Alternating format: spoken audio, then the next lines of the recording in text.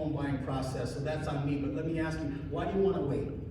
Oh, because you know what, I'm not comfortable with the payment, and I want payment to be lower, so I'm just gonna wait for lower interest rates because interest rates are too high right now. Okay, so if you don't mind me asking before we lose the house of your dreams that we worked so hard to find, what exact interest rate are you waiting for?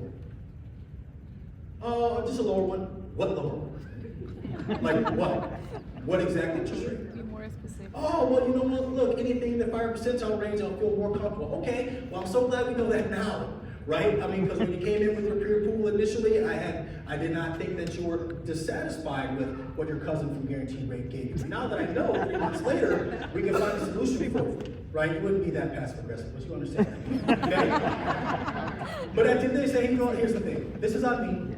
Because typically I never let a buyer walk out of my office without me offering them a second option, and for some reason I didn't offer that second option up front, right? I think it was due to your relationship and I didn't want to mess that up. But now that I know that payment and interest rate is an issue, I think I have a couple of different ways we might be able to solve this. So for one, now that I know, I can just go and renegotiate with the seller or listing agent to see if we can sell concessions to use some tools and some programs that we haven't discussed yet, such as a temporary buy down, to where we could probably get you down to the 3 or 4 percentile range within the first couple of years, and then be able to avoid the payment shock that has concerned you. But no matter what, even if the seller chooses not to, there are so many comparable properties that are almost like the one that we're about to purchase right now, to where now that I know the strategy, I'm at least gonna take 3 or 5 swings the next couple of properties to make sure we work with nobody unless they're willing to offer seller concessions. First, to offset the interest rate that you need. So can I have roughly another 30 days to make sure that I exhaust all opportunities before we lose this home in this current market?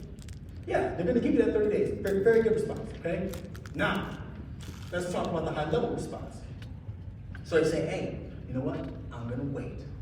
And you say, okay, well, what interest rate are you waiting for?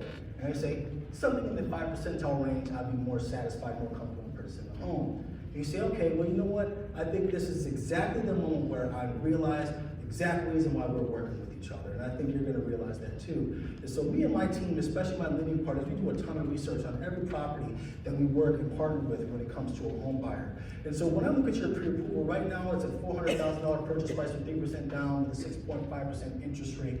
And your payment, the effective is gonna be $2,931, is that correct? Okay. And so here's something that I did is, look, I went and I did some research on this property in the surrounding area, and it looks like the properties in this area have had an average appreciation rate of almost 7% year over year over the last 24 to 36 months. So what that means for you is if you were to wait even 12 months from now, past September, or even within September of 2026, even if you had a 5.75% interest rate, which is almost 1% lower than what you have right now, do you know what your payment would be there?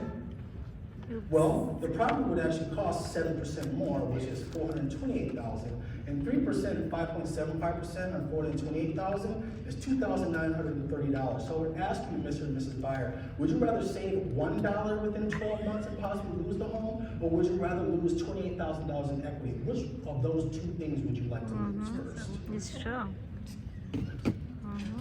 Right?